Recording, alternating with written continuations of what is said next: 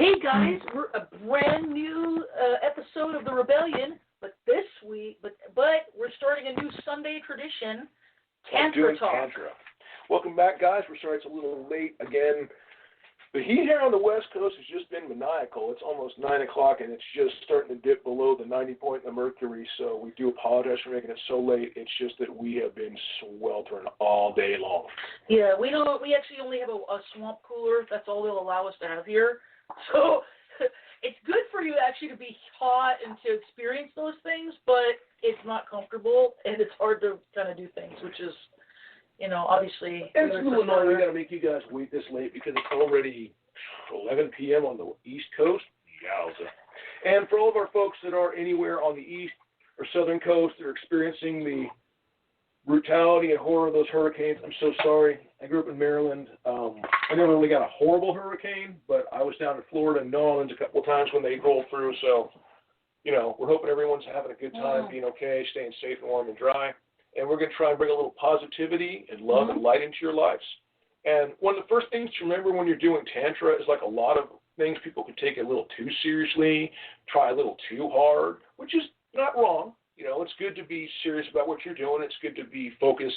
But sometimes people get so focused that they take the joy out of it. And the first rule of Tantra is pleasure. Pleasure for yourself, pleasure for your partner.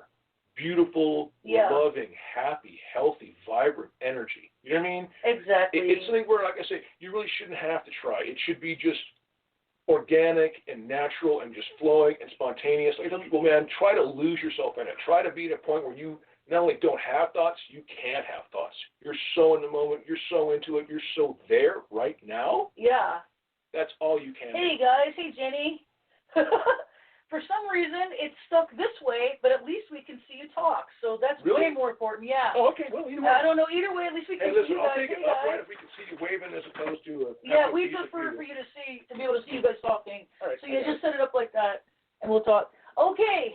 So we have so much to share with you. Oh, sorry, guys. This is somewhat of a... Okay, well, close enough. We'll go over slightly. Yeah, we're going to have to... Well, this is really going to be adequate for Tantra because we're going to be hugging through. Hey, everybody. I'm so glad you're here, even though it's a little late. I figured if we're going to... Sex talk is good for late, though, so that's good. Yeah, we want to make sure there's no kids up there. If you guys got kids, put them to bed or, sit them down in front of the TV, man, because we're not going to get too adult here, but we are going to discuss some topics that are absolutely not safe for work, not appropriate for children, for adults only. Yeah. First, I wanted to tell them about our history and where our experiences with Tantra. Well, this is kind of... with Tantra? All right, okay, cool. Well, firstly, I just want to explain, we had a guru for over a decade who was a tantric expert, who was a shaman and a tantrika, and, he was a Native American. He was raised, his grandmother was a medicine person. Cherokee Ottawee-High. He's one of the last of the Ottawee-High society. So the guy knows his stuff. Yeah, he's just a little too... He's a more angry... Let me explain to you the good work he does, okay? One of the things that he does, he's a guy with a lot of anger. One of the things that he does is he goes and searches for child molesters, and then he will torment them in their dreams until they kill themselves. Or repent. One or the other. Or repent, but most of them don't. Most of them kill themselves, okay? So he's an angry guy. This is one of the reasons that we've left him. But I do appreciate that he is trying to stop evil in the world. He's a dark magician, and he uses his darkness to try to create good by ending evil. But like I said, I'm much more of a light person. I'm kind of balanced in between light and dark, And I learned so much from him. We both learned a lot. For all of you guys that don't know, let us take it down, because one of the most basic things of Tantra is a thing called yab yum, which is simply... You're both sitting cross-legged. The woman's on you. Yeah, we can actually demonstrate. Yeah, we will at some point. I don't know if we can deal with this. We can just demonstrate the sit. We can demonstrate an act where, I just don't want to be doing the thing on screen, but the point is the man sitting below the woman. She's on his lap. You're both sitting. With her legs around him, facing each other, so that your chakras are aligned. Right, you're just holding each other and basically just kind of kissing and feeling, and you're really trying to attune into both your chakras at the same time. Yeah. Yours and hers, or hers. Or yours and his. You know what I mean? And for a lot of people, like, it really is hard. Like, and I'm not saying it's a drag. I wasn't trying to do this. I didn't know at the point. Yeah. I loved her so much. I hadn't had a woman in like, I don't know, 6-7 years in terms of an actual relationship I'd been with. So I was lonely beyond all description. In terms of, I've never been one for too much casual sex. I just don't like it. It's just not my thing. I prefer an intimate relationship extended over a time period. I like to get to know people. Mm-hmm. I like to get to know my partner and really bond with them and bond with them. And she was the same way. She hadn't had anybody in a long time. Oh, it had been like it had been 8 or 9 years since I'd had a relationship. I was ready to chew up railroad tracks and spit out nails, right? And I just wanted to make her really happy and have a good time. And I actually ended up popping her root chakra. Yeah, actually, this is a good story. It wasn't the first time we were together, but it was one of the first times we were together. I was very high. This is what I did. You know? She wasn't much of a smoker. No, I had just started smoking. I didn't really want to introduce her like, this ain't your thing. I don't want to be the pervasive agent. But I was like, but she's really hyper. She's got a ton of anxiety. Yeah, I have autism. I have a lot of stress, a lot of anxiety. I was abused from when I was a child. My dad is still kind of a jerk. So she was high, and I figured she's with me. She's all night, right? Yeah. I for some really creepy men to come in. I think it was a Blue Dream or something. And she got. Let me tell you something real quick. This is something I've talked about before, but I didn't talk about it from my perspective in the same way. And it's important that I do that. Oh, nice.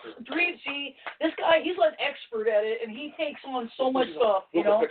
In a sense, we're all dream walkers. Yeah. We're always walking in our dreams. Yeah. But he's correct in the sense that the people who are cognizant are able to be acutely aware in their dream state and dream walk as a knowing dream walker, it's a whole other level. No, it's a whole other thing. This guy, oh my God, the stories he told, it's amazing.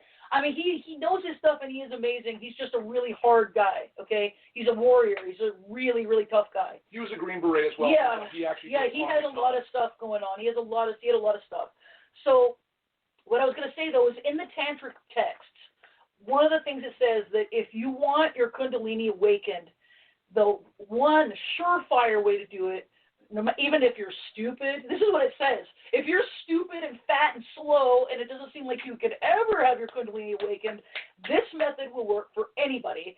And it's not something that people like to hear about because it's a little bit controversial, okay? People say, oh, you can do it without it. You can do it without this. This is just a surefire way. This is how my you gotta roll the rock downhill, man. That's all I'm saying. If you like Sisyphus, knock yourself out. The surefire way is to alter your mind in some way. It doesn't have to be drugs. I use cannabis, but it can be BDSM. We actually incorporate that too. It can be anything. You have to push your mind into a place it's never been before, ever. Okay? Maybe you use maybe you use drugs, maybe you use, like I said, BDSM, meditation, but you have to be able to get yourself into a mindset you've never been in before. In terms of, for first timers, go easy. Because we're talking about is having a trusting in one partner that allows you. And here's the thing. I say this: men have sex, women are sex. Yeah, okay? And that's a truism, guys, in the sense that for women, sex is a psychophysiological totality. And unfortunately, most guys come at sex the way a hippo does, as a matter of body rubbings. If you ask a guy if they can have sex without touching, he'll go, fuck no. Ask a woman if you can have sex without touching, and almost she'll go, absolutely. Yeah, okay? totally. Sex starts in the mind. Yep. This is where sex begins. Okay? Yeah. And a good partner understands that and understands that psychologically you can raise someone to a height that physiologically you're not be able to get to, but it's a combination of the two, right? And you have to bring them through meditation, breathing. But we're saying this for a lot of people, especially people with guilt or trauma or it's hard. shit. It's hard to let yourself go. Everybody in our society. It's hard to let yourself go enough to experience pleasure, especially at the point of moving or making a lot. Like I was one of those people, like I didn't ever want to make noise when I was masturbating as a kid. I had all the guilt and shame and fear and all that. You know what I mean? And it was really hard for me, even as a young adult, to learn to happily make noise and to let myself go and not be so quiet because I had so much guilt and shame. Concurrently, a lot of people are so inhibited and constricted, it's hard for them to let themselves go and feel pleasure because they feel so much pain and guilt, which is where bondage equivalent comes in, a gentle, loving partner who consensually restrains you. Absolutely. I mean, and it's kind of like this, like some people go, man, and it's not just that, and a lot of times it isn't even the guilt. For the most part, it's simply a matter of you can only take so much before you got to do something to bust loose. You know what I mean? Yeah. You got to get yourself off or whatever. It's only when you're restrained with a loving partner who's teasing you to a level that you could not be teased to. And this is the whole point. People always wonder why people go into bondage, power, and all this and shit. this is a part of it. All this.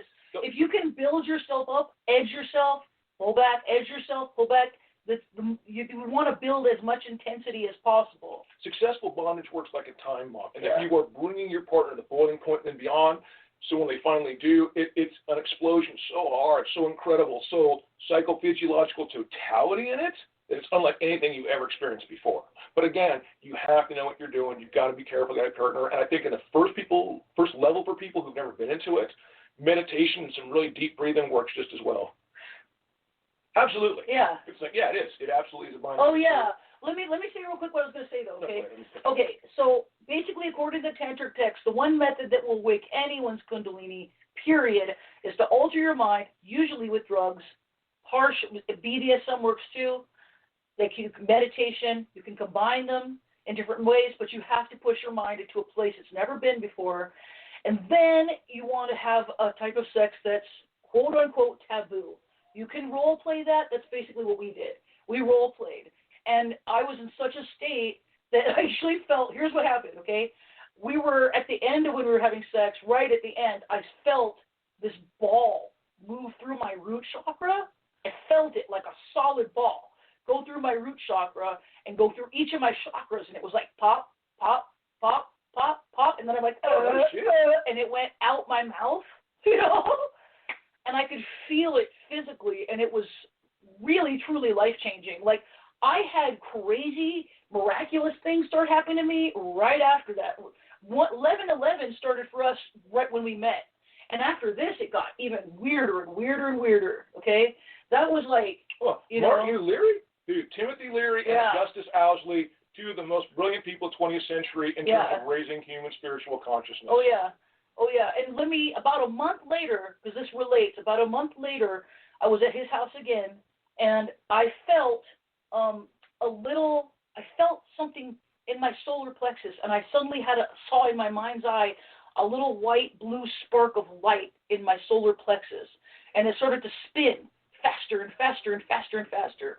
And as it did, my physical body's temperature went up 5 degrees within 30 seconds. And I just burned up with heat, and then I puked. And I think something got activated, but this is something I've been looking into for a long time, and the only thing I've ever heard is from the Indonesians, shamans talking about the pearl of great price or something. I don't know exactly what it was, but I'm sure it was something. A lot of true tantric has been hidden because so many people have perverted the message of it, and again, because it is a physical power thing, it's very easy to corrupt it for your own usage, use it to bring people in, or for just purely sexual reasons. Pretty much. And Tantra isn't just the sex part. Tantra is actually saying mantras and looking at yantras, mostly. And then the sex part is another part of it, another level of it. In Chinese, it's yin and yang. In Japanese, it's yin and yo. It's God, I'm gonna blank on it. Yoni and lingam. It's yoni and lingam in the Indian thing. But again, there's always this sense of balance. Neither is complete without the other. Only when the two are placed together, you have perfection. It's true. It's true. And he's a pearl of great price. There you go. Exactly. Yeah, that's what I've heard. And that one, I know a little Indonesian. I know a lot of little things, but that's one I was searching for, and I'm still searching for more information on that. Like, I really lucked out to get a copy of the Scholar Warrior early on. It's basically kind of it's really cool. It's a Taoist manual, a Kung Fu treatise, and a cookbook. It's ripping. It's very hard to find. But it has all those things in it, including like the classic marrow washing, cleansing, and stuff like that. That one's great. That's great. And it's only like that's what you might want to do before you get into Tantra. In the sense that it's for men and women, but it's more for like guys who are just trying to really correctly retain the Jing. The three treasures in Chinese medicine are called Jing, Qi, Shen. Sorry, Jing, Qi, Shen. And you can call it Qi or Qi or whatever. It actually relates to each mythology. Each faith has the same thing. It's Jing and Qi and Shen, lower than 10 in the sacral chakra. So it's basically, if you think about mind, so to speak, and soul. It's like two chakras. Basically, Jing is the male essence. Jing is basically sperm. Okay, for all intents and purposes. For men, it's sperm. We have Jing too. Qi is life, the life force of the energy itself, actually radiating like that's in your heart chakra. And then Shen is in your third eye. The process. Well, technically, it's crown.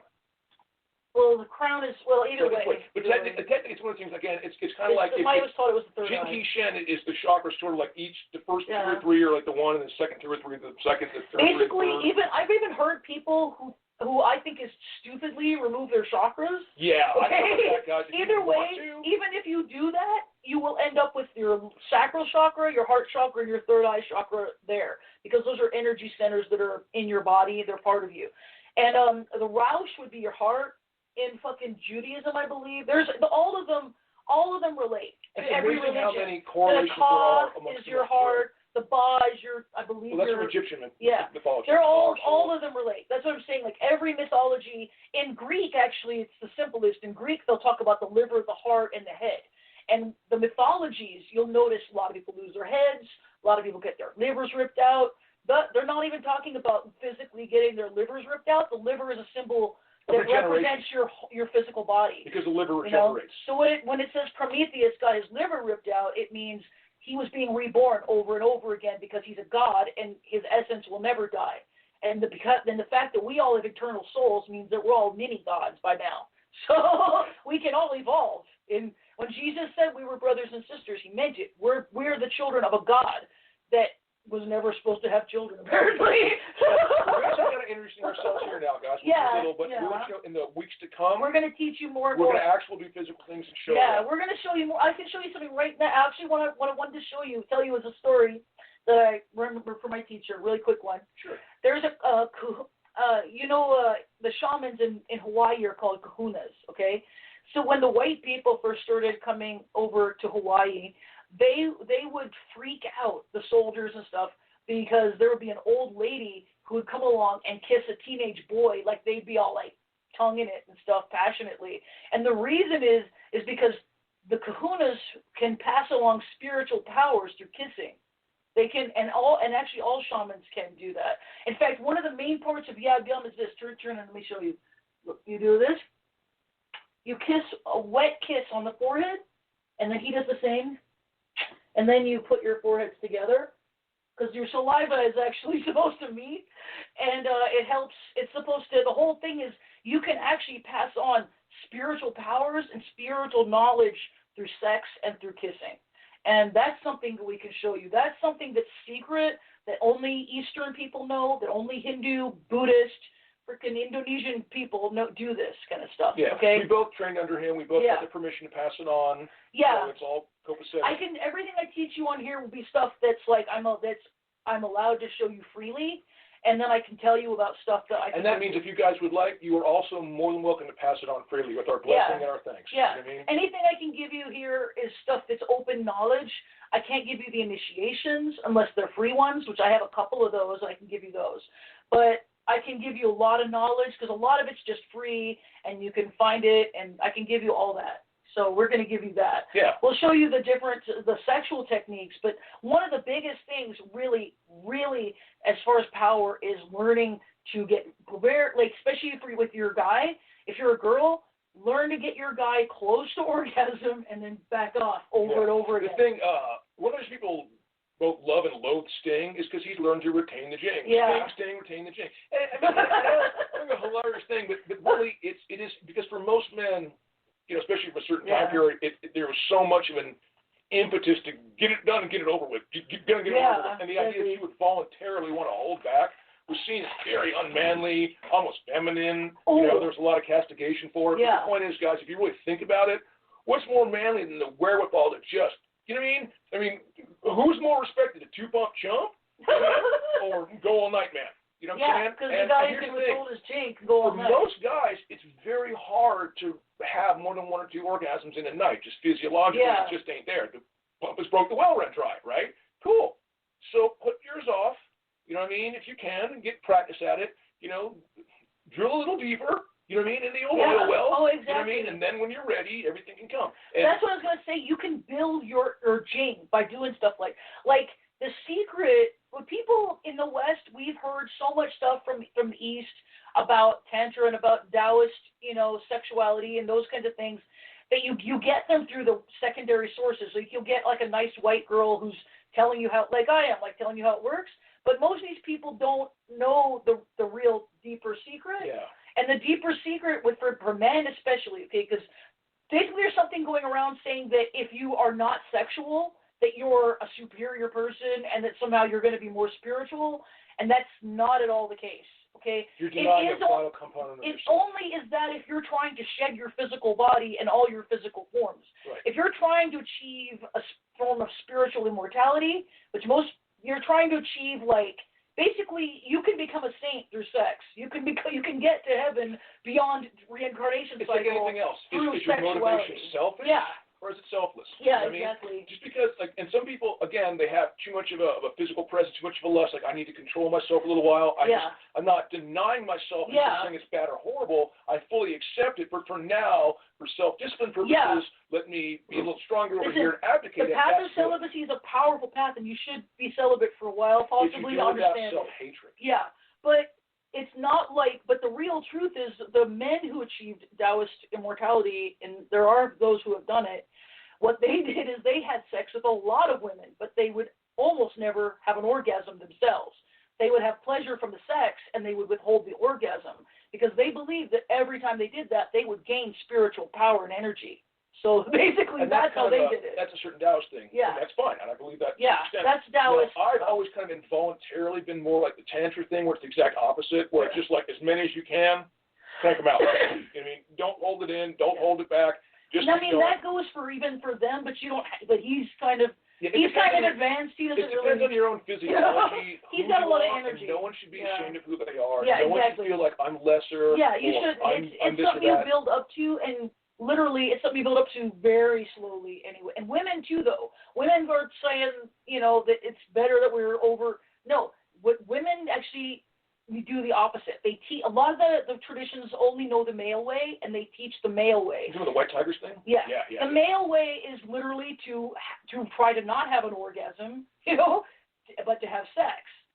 That doesn't work for women. That's exactly the opposite of what works for women. Let me say a very good point here. Here's the thing I got to point out, guys, and this is a physiological and mental truth. Yeah. And this is something that most men or women don't understand. Mm-hmm. Every time a man has an orgasm, it is a reproductive act. It is tied to your reproductive cycle. Yeah. That is what you are doing. You are having a reproductive act. That is your orgasm. Yeah. The female orgasm doesn't have a fucking thing to do with reproduction. Nothing, zip, zilch, zero. Yeah. Okay? And this was, I made your tennis, so you go, you know what I mean? But that's the point. Women are quick to have. Yep. Okay, it's not tied to reproductive act. It's a wholly different thing. Okay? Yeah. So they are by nature supposed to have 2, 3, 4, 5, 6, 7, 8, 9, 10. Mm-hmm. That's how it's designed. Yeah. You know what I mean? Exactly. And overnight of pleasure, when both partners are relaxed, and again, so many people feel so inadequate if they're reduced to, cunnilingus and or fellatio or digital stimulation. There's this horrible onus on our society of like, this is correct, but that's not. Now this is correct, but that's not. And if you notice the boundaries and things are so tenuous and they shift, it's basically about just inculcating guilt in you. Yeah. Okay? It's saying, and this is the way, my parents were both born and raised American, grown here. My dad was Okie from Muskogee, Mom was Italian, grew up from San Bernardino, but they had always a very European attitude towards both sex and violence, and that they just didn't feel sex was dirty, and they just felt violence was horrible, and they tried to raise me with a European mentality, and kind of have that inculcated in me, please don't be ashamed or thing. But yeah, you know what I mean? Exactly. And so many people out in America, I love Americans, man. I don't hate us. It's just our culture. But we really are kind of fucking horny cowboys, so to speak. We'd rather go into town and shoot at the saloon and brawl and fight and get laid. Like, dude, there's prostitutes upstairs. Go get fucked, for God's sake. You know what I mean? Please, man. It's not shameful to get laid. But there's this horrible onus. And whatever you want to do, one of my favorite old jokes I had when I was a young biker was, this biker goes in the doctor's office, and the doctor says to this 98-year-old biker, let me see your sex organs. The biker goes, okay. You know what I'm saying? There you go, man. You got to live life. You got to love life. You got to be happy. And whatever you got to do, be proud of yourself. You're a good person trying to make your partner happy. Don't feel like inadequacy bullshit. This is inadequacy. No, it's not like that at all. As long as you're putting your partner's pleasure, that's my secret, is I always try to put whoever I'm with, and with him now, his pleasure is highly important to me. And I always try to find the secret little thing that whoever I'm with really, really deeply desires.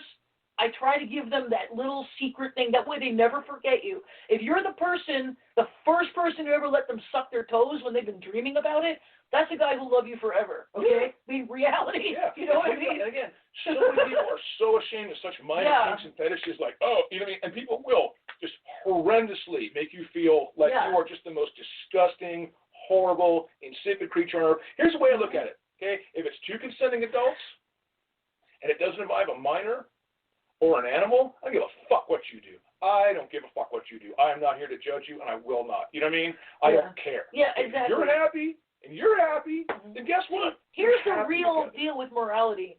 People, we're taught that all these little things are like you have to get married, you have to be married to one person, you have all. That's all just stuff to keep us honest with each other. The real truth is, if you really could love another person as you love yourself, if you could love everybody, you wouldn't mistreat them. You could have a relationship with two people because you'd be honest with both of them, and they both know that you really love them because you're honest. And I may have only been 7 years old in 1974, but I remember how happy the hippies were. They were ecstatic. For the first time in history, people could be open with each other and themselves. They didn't have to lie. And that's the whole point of this. Whatever you got going on, tell your partner honestly. You know what I mean? Love yourself, love your partners.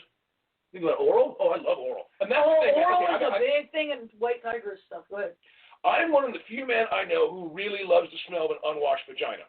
I do. I love smelly pussy. It drives me fucking bananas. I can't get enough of it. I am so a female.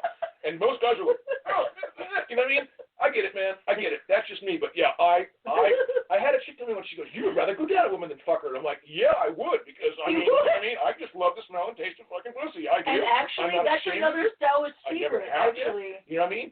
So yeah, and now ironically, I don't hate blowjobs. I love them, but I would actually rather eat a chick and fuck her than get blown, just because being blown to me is such a passive activity, and I just kind of sit, you know what I mean? And I don't like being still. I'm very hyper. Absolutely, man. But yeah, I mean, but again, she's one of you who gave me a good one, because most chicks are doing that just kind of inverted cheek scrapey thing, you know what I mean? And honestly, a good blowjob is really kind of a combination of hand and mouth. Yeah, you know what I mean? Get nice, you know what I mean? And so, yeah. Again, there are all kinds of techniques. Dude, there's nothing worse than a bad blowjob, and as I'm sure there's nothing even worse than bad cunnilingus, when you just are rooting around in there, and they're like, you know, and like I said, for all guys out there, if you really want to be good at eating pussy, don't think about it. I mean, first learn little tricks like lick the alphabet, lick the Syriac alphabet, Hebrew, lick the Hebrew alphabet, bananas. But mostly, lose yourself in there, man. Lose yourself. Just most guys can't bring a woman to come because they feel what they're doing, which is being technical. They come exactly. If you're not turned on, how's she going to be turned on? If you're not digging, how's she going to be digging? If you're just those are blowjobs too. You really got to. I think recent people say gay guys are better at blowjobs is because gay guys love penis. Yeah. They love a penis in their mouth. Yeah, they're like, oh my God, yay! If you're into it, yeah, the best thing you're going to do a better job. Totally into it. You know what I mean? Yeah. Totally into it. I actually had a girl who was bisexual and mostly lesbian tell me, I've never had anyone eat my pussy like that. What's your secret? I told her the secret. I'm not even thinking about it. I'm literally losing myself. Yeah. I'm not even thinking. I'm just like losing myself. This is good info. He knows. You know what I mean? I'm just losing myself. I'm still simple. I'm not like just slobbering at random. I mean, I have a kind of a technique, but mostly I'm just like loving it. You know what I mean? Yeah. And that's it. That sense of joy to be carries over to your partner. And again, if you're not into that, if that's like, look, man, I love you, this ain't my bag, I'll do something else that makes her happy. Obviously, if you're not into it, don't fake it. You can't fake it. That's the thing. And again, most of my brothers are like me, like most guys would just rather take the blows or anything else. And that's cool. The point is, this is what makes us unique as individuals. Yeah. Celebrate who you are and love yourself for it. If that's not your shtick, cool. If that is your shtick, be into it, man. Be proud of what makes you go. That's what we're all trying to get. You know what I mean? If you've never had a girl's eyes roll back in her head and go, you ain't living, man. Same thing for a girl. The whole point is to make your partner look and you go, what the fuck was that? What the fuck was that? You know what I mean? It's all about doing what we can for each other in this world as much as possible, mutual pleasure, and being honest and being happy. And you know what I mean? So many people out there are just they're so convinced that they have to lie to get what they want. Oh, yeah. And you don't. I mean, it might be sucky, you might be a little lonely, but it's far better to be totally honest with the partner if you build up over time. Yeah. And that's why I never like one-night stands. I don't want to sit there and tell you what I'm into and go, oh, this shit. Yeah, especially if you're an experienced person. A lot of people who like one-night stands honestly just like a quick fuck and be gone. Yeah, to be and fair, like, you know. Some people really just like the anonymity of things. Other people just like the idea of, I don't have to worry about you and pleasing you. I'm very selfish. And that's fine, too. Some people aren't even really inherently selfish, but that's just not their forte. Like, I do all sorts of shit in my life. I have always had things going on. When it comes to my sex, I mean, rich guys a lot of times want a woman around who's attractive, looks good on the arm, quickly gets them off. They're not into the long sex. This is what I've read.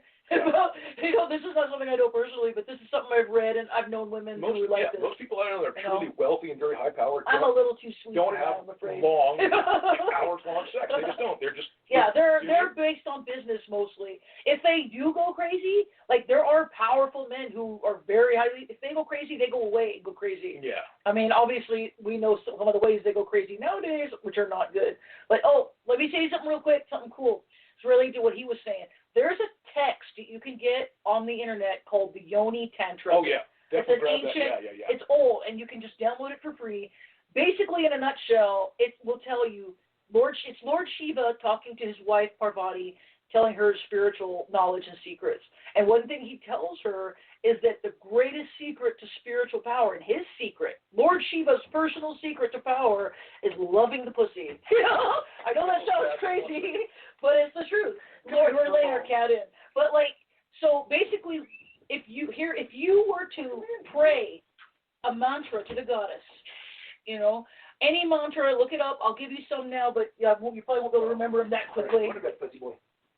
And but a mantra to the goddess while you're actually eating pussy, while you're performing cunnilingus, do it 108 times, like you're actually praying, like you're actually worshiping the vagina. You will gain great spiritual power from that. And if you can continue it while you fuck her in different ways, you literally light some incense, put up a little yantra of the goddess you're praying to, and literally pray, and then go down on her, then fuck her. Just keep praying. Just keep praying your mantra. That is the very, very fast way to gain super spiritual power. Because you are on. This is the problem that I had with Thelema, too. Because I used to be a Thelemite, and I fell into it because there was a lot of cool tantric stuff. I didn't know about Tantra at the time. And they basically have you worshiping the lingam alone. And I do believe it's good to worship the lingam, too. The male phallus. The penis. But which it means different things. It doesn't just mean penis lingam. But they miss the most powerful, the most important thing is to return to the goddess. Okay, the goddess is the center of Tantra. Kali, even male versions of Tantra are still sort of goddess oriented, and you can kind of tell that's where they came from. There's Vishnu and Shiva versions too, but it's always in all of these, it's always about returning to the goddess, worshiping the female as a goddess. Any female you have sex with, worshiping her as a goddess. And there are different types of women that supposedly have more power, but the one thing that they state very clearly, if the yoni has not bled yet, you will lose all your power. That's because you cannot molest children and get power. Because they talk about breaking taboos, and some of them are really, really funky taboos I won't mention, okay? Like incest taboos and shit. But you would never have sex with a child. Not ever, because you will lose your power. All of it. And those guys who are doing it, thinking they're getting power, are being possessed by demons, to be frank. Okay, this is fucking hilarious. Our cat's under the bed playing with a bottle of lube that I didn't even know was under it. I'm like, what are you batting around? I'm like, he's batting a bottle of lube. Jeez. Did you see how the energy's kind of flow around? Like little thing. He's a good little guy. He's a sweet little guy. We love him to pieces. That's cute. He's our little baby. Anyway, get back to saying about oral. So again, I love the smell and taste of female. Yeah. A lot of guys don't. Yeah. I mean, and if you don't, for whatever reason, no begrudge. Don't fake it though. Listen, don't fake it. Go down. Keep it on with a vibrator. Assuming you got it. No.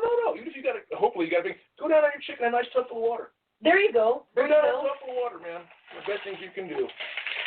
Yeah, exactly. You know what I mean? There's all kinds of ways around Especially if you're spontaneous, because it's just women, especially if you're older at all. Like, I grew up with, all kinds of shame about my vagina, and it's really sad. Like, I hated it, because, you have little boys saying nasty things in school that no one would stop them.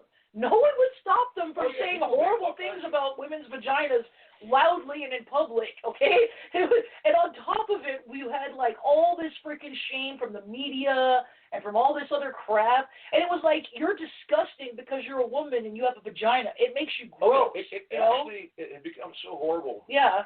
I had a girl I knew. She had a very, naturally just, diet, this and that, right? A lot of it was because she tried so hard to keep it clean. It was actually worse than it should have been. Douching is bad for you. Yeah. Please don't do it. Don't do it. Okay? If you water, yeah. And I will quote people from the New England Journal of Medicine, okay? Douching kills off aerobic bacteria and paves the way for the infestation of anaerobes and the resultant trails of cadaverin. For all of you guys that don't know what cadaverin is, it's a substance your body produces, and if you douche enough, right, you will bring in this anaerobic bacteria, and you will literally start to smell like death. Okay? And it will make you have yeast infections, really bad. A lot of women hate themselves. They douche all the time, and then they get yeast infections. They just think it's part of being a woman. Yeah. It's not. No. That's because you're douching too much. And you probably have tight panties, let it air out. But the point is this girl had I actually really dug it. She was so inculcated with hatred of herself. She was so attuned to the masculine essence of this is disgusting, this is horrible, and you should hate it. That was how she felt. She could not have anything but contempt and disgust for a man that had anything but contempt and disgust for her. That's the way it was for a lot of us growing up. It was so bad. He knows how I am. I'm disgusting. That's how it should be. I love him because he, and she couldn't love herself. She couldn't do anything but hate herself. And when I tried to love her, she hated me for it. I didn't hate her. I forgive her. I just understood that's how programmed she was against herself. And it's not that different now. It's a little better because there's a lot more body types that are popular. Oh, dude, if you think a guy in the 80s saying you like a thick ass didn't look at what the fuck is wrong with you? Yeah, you weren't allowed to like a thick ass. You were a weirdo. Guys would make fun of you. I've always liked women. Short, tall, skinny, fat. I don't give a fuck. I love women of every shape. They said about Picasso, you can see the beauty of every woman. I pretty much can too. But back in the 80s, it was about big hair, big tits, and an ass you could iron a fucking shirt on. Yep. And that never been my thing, man. I just kind of prefer a nice round ulo. You know what I'm saying? I like the nalgas, man. It was basically they wanted you to look like you were a skinny, coked out girl with fake tits, And I used to think, what's wrong with me? Why do I look wrong? Why do I not look like these girls? But these girls were literally coked out and had fake breasts. And I thought that was what all girls were supposed to look like. And what was wrong with me? My breasts don't look like that. My butt's bigger than that. What's wrong with me? Why am I not pretty enough? Shout out to all of us bikers you back in the day. Had women go and show your tits, because that's where that came from. Yeah. No, seriously, being able to whip their shit, that was a biker thing back in the day. Yeah. You know what I mean? You went to biker meet, chicks would just fucking pop their ting up, give you a nice look, like, oh, yeah. You know what I mean? Because they were free and loving, and it was a beautiful thing, and no one was there. They felt safe. Yeah. They didn't feel like they were going to be attacked. Oh, no, dude. You know what I mean? You might be like them or nice, but you're not going to roll up on homeboys fucking problems. No way. You know what I mean? But yeah, I remember the still thing, and I just actually with her, we went and saw my buddies I hadn't seen in a long time, had my little bike. So I'm on his big old thing with ape hang, and it's a thing where they hang a hot dog off a string with mustard on it. You're riding, she's on the back, she's got to reach up and bite as much of that fucker off as she can as you pass it under it. It's a classic old biker thing. That's crazy. I remember that we did that. And I'm sitting there trying to shoehorn homeboy. Like, I don't want to wreck this fucking thing, man. Right? Crazy. I'm trying to go through the dirt with this big old ape hanger. I forgot we did under that. The hot dog. You know what I mean? But it's fun, man. You have good fun of these things and shit like that. You know what I'm saying? Yeah. You know what? And honestly, the best thing to do when you have people who are overly masculine or misogynistic in your point of view is just to be the coolest chick in the world who never judges them. Because I promise you, if they've just never had a woman be cool and get it. You know what I mean? Yeah. And honestly, a lot of them are not that misogynistic. It's just literally they basically have a BDSM lifestyle where the women are submissive and they want to be. So it's like, that's their shtick, and they get it. You know what I mean? That's what they want. That's what they like. Everyone's agreed here. And they respect. The wives are respected. Obviously, the ones that are the old ladies are respected. Yeah. For the most part, man. People have Depends on the crew. If it's a bad group, obviously they're bad. Well, like I say, some of them are messed up. Yeah, but for the most part, most of the 1%ers that I knew, and I knew very few, and it's mostly peripheral people. It's Hollywood. Hollywood's that shit out. You know what I mean? It's not what you think it is. It never has been. You know what I mean? But again, there's guys who are really bad who treat the women like slaves, but for the most part, it's really kind of just a big game. Yeah, that tends to be good. For the most part, the West Coast is really pretty good about it. You know what I mean? We've had a pretty good record about keeping the fucking chomos in check and all that shit. Oh yeah, actually, California is the one state that if you come into the California prison system and you're a child molester, they will kill you. unless you are separated, they will kill you. Oh, you're PC. Let's not get off on that. Some of the shit. Yeah, that's the whole thing. But at least, I do appreciate that though, because it's not like they should die necessarily, but it's like these guys are the worst of the worst, and in their mind, at least I'm protecting my people, my species, by keeping these guys from spreading and from doing more damage. Long story short, Buck Chumbo. So, long story short. Let us show you Yab Yab real quick. And we're slow, and it's hot as shit. If I start pouring sweat, forgive me. All right. So all right, here you go, guys. I'm gonna sit on his lap. I'll show you how we work. And I'll show you. I'd sit on my face, but. Yeah. Tell me that you love me. So basically, she's like, can you guys see this shit? Here, I'll pick it up and tilt it for you. Okay, hold on a second, guys. So here we go. I'm on his lap. So what I would do is I would kiss his forehead, and you do the same for me. And then we would put our foreheads together, and we're having an intensive.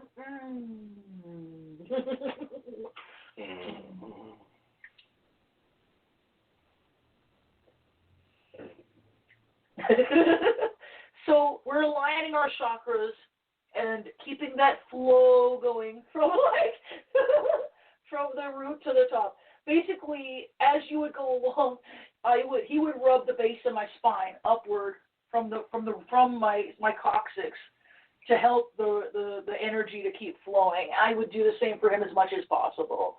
But you get really into it. As you get into it, after a while, he would insert himself, all that stuff. Look at these things. Hey, aren't you glad you tuned in? Yeah. For those who are hearing it, my boobs are being jiggled. So, but it's all about happy fun and happy energy. And even if you're on a celibate path, I would still say that Tantra is for you, because one of the main ways that you do Tantra, the right-hand path Tantra, is actually you have sex with a spiritual version of the gods. Okay? Yeah, sorry, guys. I mean, I filmed the damn thing. You would have sex with a god. Like, you would literally be like, okay, Lord Shiva, I want to unite with you spiritually, sexually, and you would visualize Lord Shiva being there. And one of the ways you don't even have to just visualize. If you turn the lights down, you keep it dark, you pray to Lord Shiva, you're quiet, and you put your effort into it, a spirit will come, and you will begin to feel a spirit. If you're sensitive, you'll feel them touch you, even. But if you're not sensitive, you might just feel like, am I feeling something? Don't worry about it. Just do your best, tune in on that spirit, and then you can masturbate to orgasm, or you can masturbate and withhold. But the point is, even if you're alone, you can visualize the goddess or the god, any version of the goddess or the god that you like. And that is still a tantric thing. You can still raise your energy. The gods and the angels are always there to help you. And actually, I don't necessarily call angels for sexual things, but they're basically the same. It's just you wouldn't call them by that name. So, unfortunately, there's much more dark shit out there, but there's a few blessed things that are but listen, Lord Shiva, Lord Vishnu, which would be Enki. You could call Enki. Enki is always ready to be with the ladies. He loves the ladies. Enki loves the ladies. He's a lot like Zeus that way. Some of those Zeus stories come from him. And like I said, Shiva, Vishnu. If you're into Vishnu, you'll probably be Enki is Vishnu. So if you like Enki, there's the higher god who's kind of both of them, but that's kind of beyond the scope. If you're a man, you can call Babylon. You can call Kali. You can even call him Dionysius. Just be very careful, because he's an either-or kind of guy. Yeah. Just like being drunk, it can be delightful or horrifying. Mm-hmm. So I'd say maybe no more than 2 or 3 beers or a shot. Because when you call on him and you only got a little in, he will whoop that into a frenzy in you. Yeah, it's basically, I imagine that having sex with Dionysius would be like having sex with Buddy Jesus. Because he's kind of Christ-like in a lot of ways, his stories. Except that he smiles, except that he's all happy and kind of drinks, more than Jesus does. So I always liked him for that. I'm going to have to cut this one off early, guys. I really want to get her pussy. Oh, and I wanted to talk to you guys real quick. I actually, before we even got together, I think I must have sensed it was time for me to find somebody and not be alone. Well, here's the funny thing. We met in hell. Yeah, we did. Much like a Sandman or Constantine story. Now, Club Hell, to be fair, which is this I think it's still around. It's a B&B S&M club down in Hollywood. Yeah. And yeah, I've been going there a long time. He's my own Lucifer. I've met him in hell. I've been in the same shit, and my friends actually met this, but yeah, it was one of those funny little stories. But like, I actually did a spell I called Uriel, who in the Golden Dawn rules over Venus. Yeah, no kidding. Actually, it's Anael who rules Venus, but Uriel's a great, good guy. I love him to pieces. And he was like done, you know what I mean? And he was guiding us, and we kept seeing his name everywhere for a while. He's such a great guy. How many guys do you know named Uriel? I booked like 9 of them. Yeah, we're like, really? Uriel. We saw Uriel on a license plate going up to Shasta, so I was like, oh, Uriel's guiding us, It's so nice. He's such a great guy. Yeah, I agree with you, Julie. I like Pan, man, but, again. Yeah, Pan is wild, but he might be, it depends on your lady friend of how much wild she likes, There's a really, really, really he awesome can get rapey, magic shop out here. It's been around since... I don't know, 30, 40 years more, called Pan Pipes. And it's like, there's basically 2 big ones in LA. There's Psychic Eye in the Valley, and there's Pan Pipes in Hollywood. They've been there forever. Vicky still runs it, really cool chick. I know since they were Ram Center on Cherokee. And that's one of the few places you can buy custom blended incenses, custom blended oils, custom blended all that stuff. Mm-hmm. And I've always really dug Pan whole syrinx, but yeah, a little dab will do you, man. He goes a long, long way. Yeah. Oh, thank you, Rommel. Listen, man, I love your name, Rommel, dude. My old friends Eric and Adam used to have a really cool band called Rommel's Goggles back in the day. And it wasn't a Nazi thing. The whole point was he ain't no Nazi, neither are we. I miss them, man. They were one of the fucking most. If you can find it, I think the guitarist Stevie Casual actually killed himself a while ago, man. Oh, God. Yeah, it's been over a year. I mourn him daily. It is what it is, man. I didn't even really say that. It's anyway, man. Check it out if you can. I think Eric's you can still a great guy. It's spelled Rommel's Goggles with Z-R-O-M-M-E-L. They were a fantastic band. They just didn't quite make it big, but they had a lot of fans, All right, there you go. But like, you know what? My whole thing is I want to be able to stay a pure soul and walk through anything. I want to be able to go to any situation, and I'm still like, whatever. I make my choices. You know what I mean? I go to clubs, I go to bands. I don't go a lot because I really don't enjoy going out that much. But I do all that stuff and I enjoy it. And you know what? I make my choices in my life so that I stay a good person. So I stay true to myself. Like I'm not into one night stands. I've had a couple, but I don't like it. And the thing is, don't force yourself to do what doesn't. Mostly I felt cornered by people, and I was like, I don't know whether to say no or not because I was a kid. We both had like 6, 7 your periods of no partner whatsoever. Yeah, I mean, I actually had no sex at all for about 8 years raising my son, and your body will shut down if you do that.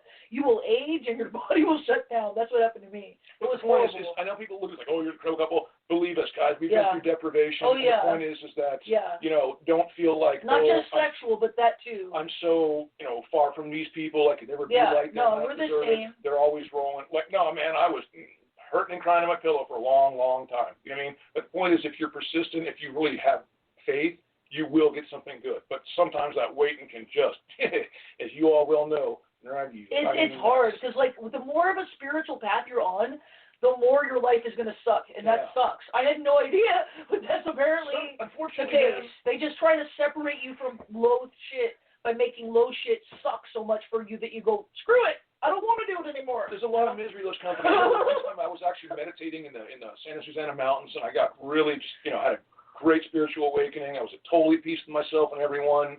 Had no desire to hurt anyone or do anything. I mean, I was just feeling blessed and blissed. I got my car. I remember driving down Victory and had Skype go, fuck you, man, fuck you. And I was like, whoa. Exactly. Where the fuck did that come from? I think I need to smoke a bowl. Okay. I thought, well, bad day, whatever guy. But as I was rolling down, people just kept stink on me and just fucking hate. And it finally dawned on me, they resent you, man. They unconsciously sense the peace you have now gotten. Yeah. And they have no idea how to get it or even that it actually existed. And they can't help but hate you.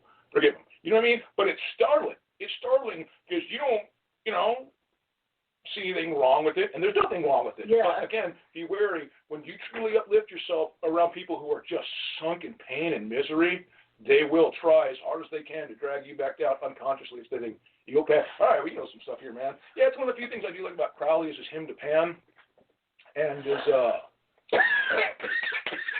He on the Elements, I guess it is, something like that.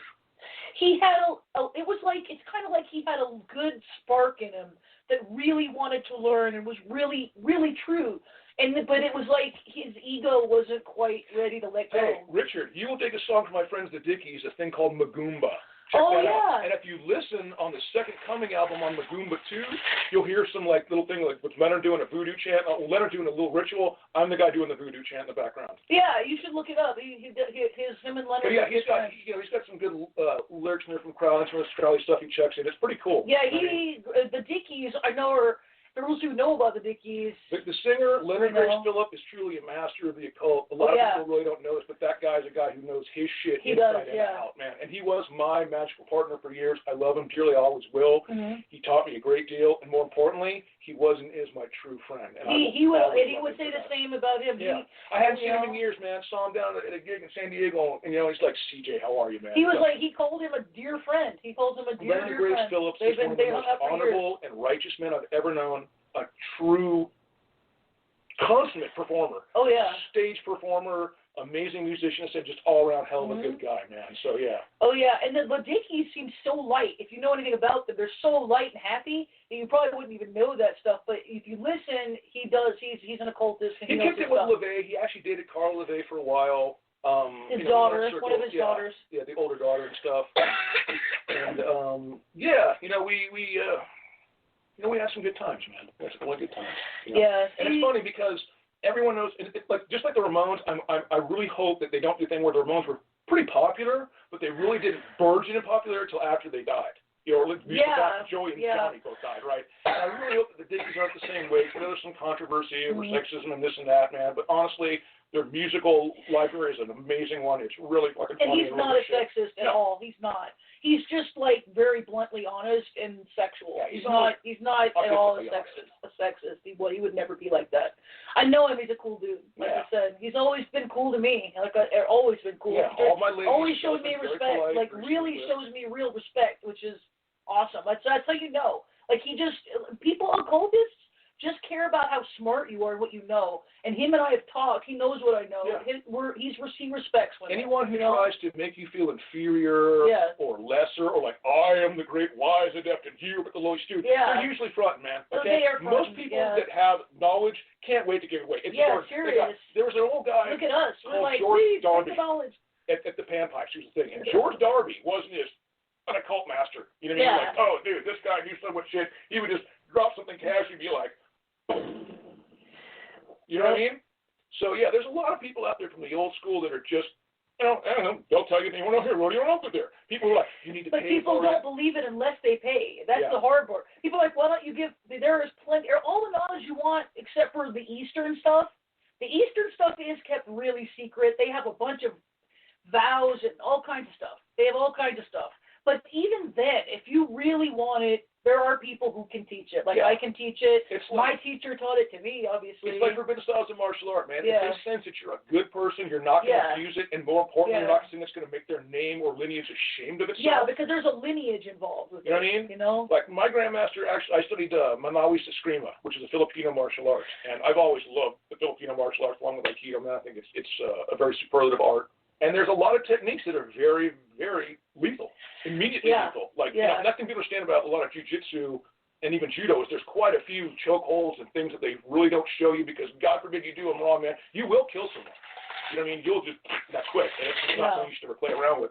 Same kind of thing with magic. You know what I mean? If they really sense that you just, like traditionally, here's the thing, in the Kabbalah, technically, the study of Kabbalah is absolutely allowed. The practice of Kabbalah is completely forbidden. And traditional Kabbalists do nothing more than just read it all day long. They don't try and Jewish Kabbalists are only supposed to start learning at the age of 40. Yeah. And the reason is because you're past your life with your family. You're past your kids should be raised by then. And it's also a number associated with Enki. Not that they know they're worshiping Enki, but they are. Okay, the 40 is Enki's number, by the way, in Sumer, and that's one of the reasons it's associated with that. Like I said, they would argue with me, they wouldn't believe it, but it's still the case. And again, what you want to do, I personally don't mind practicing Kabbalah. One of the best things I ever had was I was just trying to raise myself through the Sephiroth astrally, just trying to really not dissociate the flesh or loathe it, but just be spirits arisen and just see, you know what I mean? And I had a pretty good thing popping from Malkuth to Yesod and back up into, but I was really trying to get to Tiphareth. And I did it one time, only one time. I danced with solar angels. It was the most beautiful thing I've ever had. But I have to admit, coming back into the physical body just sucked. Because it's not just physical aches and woes. It's the fact that because the physical body is malleable, because it can be hurt, the soul feels that. The soul feels what the body feels. You know what I mean? The soul is afraid of being cut because the body's afraid of being cut. But when your pure soul, when you were literally out of the body and you are an intangible essence, cognizant, that cannot be hurt by physical things, all that shit goes away. What starts to hurt then is the horror of what you've done, the horror of what you have committed darkly to others that has made them feel that fear or that pain or that suffering. Trust me, man, the first time you really go astral, all the shit you thought was going to bug you don't mean a fucking thing. Conversely, anything, any tiny negativity you've done, anything that's guilt and heal you will be like an iron fist and a velvet glove on your kisser, man. Yeah. You know what I mean? It really will. And, you know, just being up there in that place of perfect peace. I didn't see heaven or hell, but I did see their reflection, so to speak. And all I can tell people who've asked me honestly what it is to say that heaven and hell are the same space and the place. It's just that what you did in life and your reverberation will make it heaven or hell. Yeah, it's if you true. did wrong, if you hurt people, if the balance of your life was spent more in causing pain and suffering than bringing joy, that's what you will experience. And trust me when I say, man, that as horrible as pain is, as horrible as the physical agony is, what it means to be a free and ascended soul and pure and to feel that, that is hell. Oh, yeah. Absolutely. It's like the lake of fire in the Bible when they talk about throwing people into the lake of fire. It's Tiphareth. They're going to the light, the high. They're going to be in the heart of a sun, which is where our souls actually come from. But when they remember the evil they've done, it will tear them apart and burn them as if it was a lake of fire. I can't even explain to you. Which is why people try to save people from it, but you can't. That's why people keep getting the world keeps getting recreated because people keep needing to be healed. You know. And that's the whole point of this tantra thing that we're showing you guys is we just want to give you a little wherewithal to brighten your soul, lighten your spirit. Listen, sex makes life beautiful. There's so much out there that just wants to blacken your soul, and we love all of you guys. And I don't care what you have done or haven't done. I know that you're good people. If you wouldn't be listening right now, you wouldn't be tuning in. You wouldn't be looking for hope. And we want to give you hope and a chance for a better world for all. That's the whole point of being here, man. You know what I mean? So, hopefully through love and some good sex and a little lightness, we can pop everybody's chakras and bring some good things going on. We can do this. I mean, there are ways to open your chakras and to make it more easy, you know, to prepare you. There you go. Really quickly, I was doing this. I was preparing by doing the Golden Dawn system and that for years. You can go through the whole Golden Dawn system and not be done. Once you get your Kundalini awake, that's when it's all the real adventure. It's an adventure, too. We'll talk more about it next week. But anyway, thank you guys so much for being on this episode, especially thank you so much. It's so try to get on a little earlier next time. But either way, we love all you. Thank you for being so here. Much. We really appreciate it. And we will do our absolute best to give you whatever you want. And again, any hints, questions? Yeah, just throw feel them out free there, guys. to ask any question you want. I'll try to put it in some kind of order so things make sense. Okay. All right. Love you guys. Good guy, guys. Eat a lot of pussy, suck a lot of dick, fuck a lot, and come hard. Come hard. Come hard. Bye, guys. Have a good one. Come real fucking hard.